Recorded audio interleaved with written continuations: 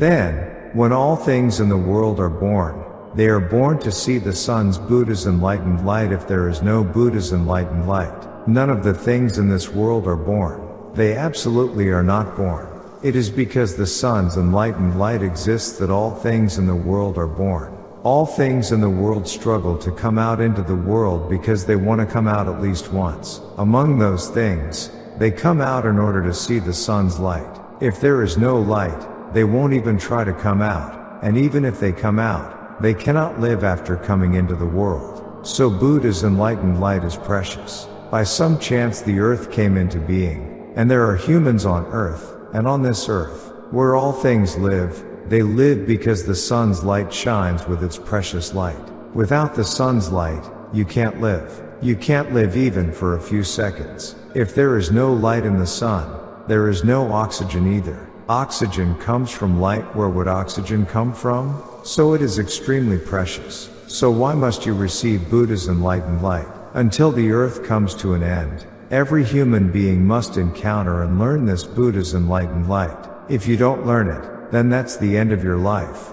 I brought this Gong Thought out into the world and told it to many people a lot, and others were using it a lot. They use it a lot. They use it a lot, and there are also people who speak similarly as well. People who have departed from Gong Thought are all living being. They become living being. Humans have exceptionally many desires. People have many desires. Whether others die or not, I have to live, and I have to live well. This is human desire. So even if I possess Gong Thought, I cannot protect others with it as well. It can protect no one but oneself. Even if I have learned Gong Thought a lot and encountered it a lot, others cannot all go along together like this. Only oneself can go. Do you understand? That's why I have said it countless times, because the road to go is too long. I tell you every Sunday.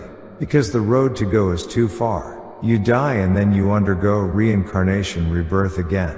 What good is reincarnation, rebirth if you live poor and miserable? It's worse than not having come at all. It's not for a day or two. If you have to live poor for 80 years, 90 years, or 100 years, would you find it fun to come here? Living is extremely hard. What's the point of coming to live that kind of life? It's because Gong Thought is insufficient. Do you understand? That is the cause. So if the principles of this world, the politics of the country, and everything were to break away from living being, our lives would be easier, but they cannot break away, because every human in the world is armed with desire. If there is even a little benefit lacking for themselves, there is nothing as cold as a person. A person is extremely cold. A person has neither blood nor tears. People are that cold. So the path I must go is something I must pioneer on my own and go. There is no one who does it in your place. Reincarnation, rebirth is something no one can go through in your place. In your place, would someone go in your place? Only the one who planted the beans gets sprouts. If a friend who was next to you did not plant them, that friend disappears. And reincarnation, rebirth is a path only oneself can go. Planting beans and having them sprout is what I call reincarnation, rebirth. Reincarnation, rebirth. These days, I see that monks also use it a lot. When I go on YouTube and look, people talk about reincarnation, rebirth and such. But it's good that they don't use reincarnation, rebirth that doesn't fit the principle. Without even knowing, they keep saying reincarnation, rebirth endlessly. How could reincarnation, rebirth happen for no reason? Reincarnation, rebirth without grounds does not work. But they just say reincarnation, rebirth no matter what. The dead can't arise interdependently. The dead can't. Gong Thought is living. What is dead is not Gong Thought. So they said that a dead persimmon tree neither blooms flowers nor bears fruit. When a person dies, that is the end. So before you die, you must prepare everything in advance. Do you understand? So all that talk about where you go after you die, where a dead person goes, and if you work hard you go somewhere, you go to the land of happiness. You go to heaven, those are all lies, lies. So if someone speaks by presenting those lies as if they exist, what do you call such a person? Do you call them a swindler? In your hearts, you wonder whether you will truly meet the Sabha world Maitreya Buddha and whether you can truly go to a good place after you die or not. There are even people here who are unsure. But for such people, even if you pierce their ears and push it in, it still won't work. Awakening is different from enlightenment. Do you understand? Awakening is when only I scored 100 points, that is awakening. Enlightenment is something that does not yield a score, because it is similar. So that's why it happens, because you don't know the principle. If you knew the principle, you wouldn't be like that, but because you don't know the principle, that an awakened Buddha guides you no matter how much you beg every day and devote effort every day, throughout your lifetime until your knees wear down. There is no basis for such a thing. Do you know how precious the Maitreya Buddha is? You've seen it countless times while attending Yonghwa temple. Do you know how difficult it is to remove spirits from people who are possessed by spirits? Then why are there so many shamans swarming around like this? They say there are about 4 to 5 million shamans in our country. So many shamans. Why would someone become a shaman if it weren't for a reason? After being battered by spirits, in the end they receive a spirit. Spirits are that frightening. And for people who are possessed and not in their right mind and find life hard, I have removed spirits countless times. With what skill do I remove them? Do you think that if it's a spirit, it goes when you tell it to go and comes when you tell it to come? Absolutely not. Spirits are not like that. Even if I receive benefit in just one thing, I cannot repay that grace. If a person has received good grace, they must not throw it away as if discarding an old shoe. My disposition is different from yours. Different. When monks come here because their bodies are ill, there is a proper manner for dealing with people. Monks have shaved their heads and they go around wearing pale-looking clothes. Anyone would say they are monks who would call them living being? If such people go around to get acupuncture, are monks sick too? We're sick like this and that every day, and we just sit around chanting the Buddha's name or praying, so why would monks be sick? That's what people say. But if you look at it, a person can be sick. How to treat people is clearly laid out. When those people come to me like that, I hide them all. I hide them so others can't see. I put them in the car, pull it right up 1 meter in front, and tell them, hurry and go in. I do that. I don't go wandering around where people can see from all directions like that. Your devotion is good too, but it means you must have that earnest heart. Do you understand? If the Buddha came to enlighten and save living being, and you just spend time carelessly like this, what living being would ever be saved?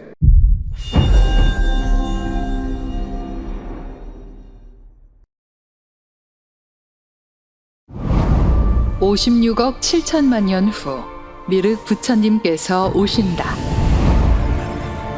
이것은 사실인가 아니면 조작된 낭설인가? 조회수 1억 회를 돌파한 한국 불교의 기념비적 법문의 탄생. 안양 수리산 용화사 용화미륵대불 특별 법문 125부. 만물의 기본 원리 공사상, 생명의 모태 광명의 빛, 살아있음의 증거 연기법, 사후 세계의 진실 윤회와 환생. 수천 년간 왜곡되어 전파된 기존 불법에 모순된 깨우침, 그 뒤틀린 이치를 바로잡다. 안양 수리산 용화상 용화미륵대불 특별 법문 125부. 지금 바로 확인하세요.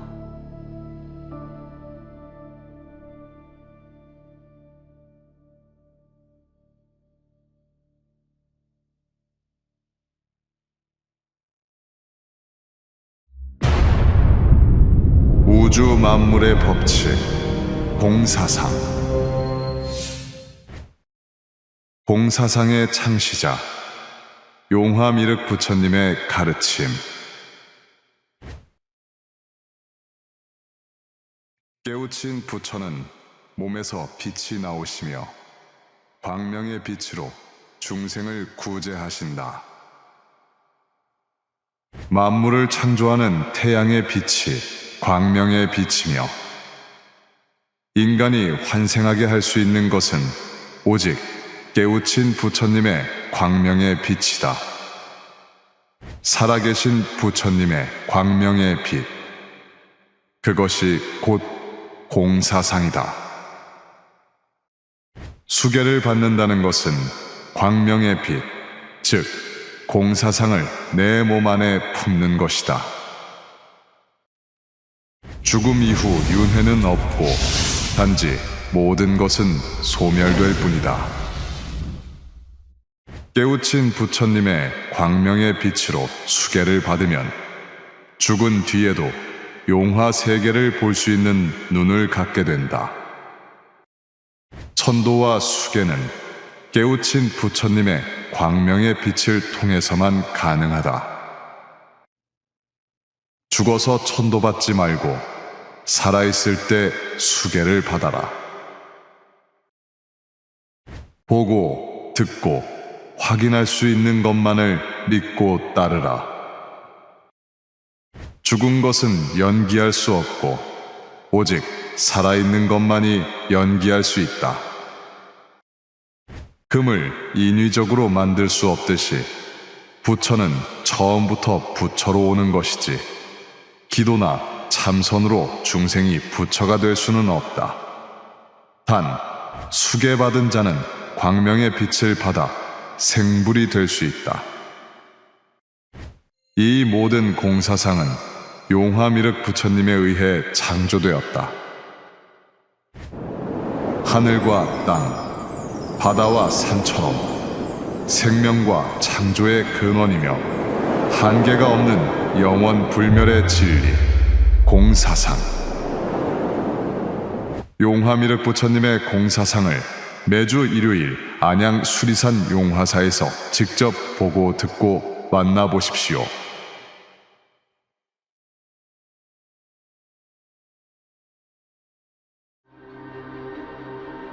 예수님의 12제자, 석가모니 부처님의 안한존자, 그리고 깨우쳐 오신 미륵 부처님의 공사상을 세상에 알린 해명 해우 스님. 출가 그리고 수행. 석가모니 불께 수기를 받고 미륵 부처님을 만나 미륵 불법을 펴기까지 조회수 100만 회를 돌파한 해명 해우 스님의 출가 수행기. 불교의 현주소. 천도되지 못한 부모님과 끝없는 천도제의 굴레. 정직한 수행자의 비참했던 과거부터 깨우쳐 오신 생불 용화미륵 부처님을 마주하기까지 거짓 천도제와 잘못된 가르침으로부터 기도하고 빌어서는 이룰 수 없다는 진리를 깨닫기까지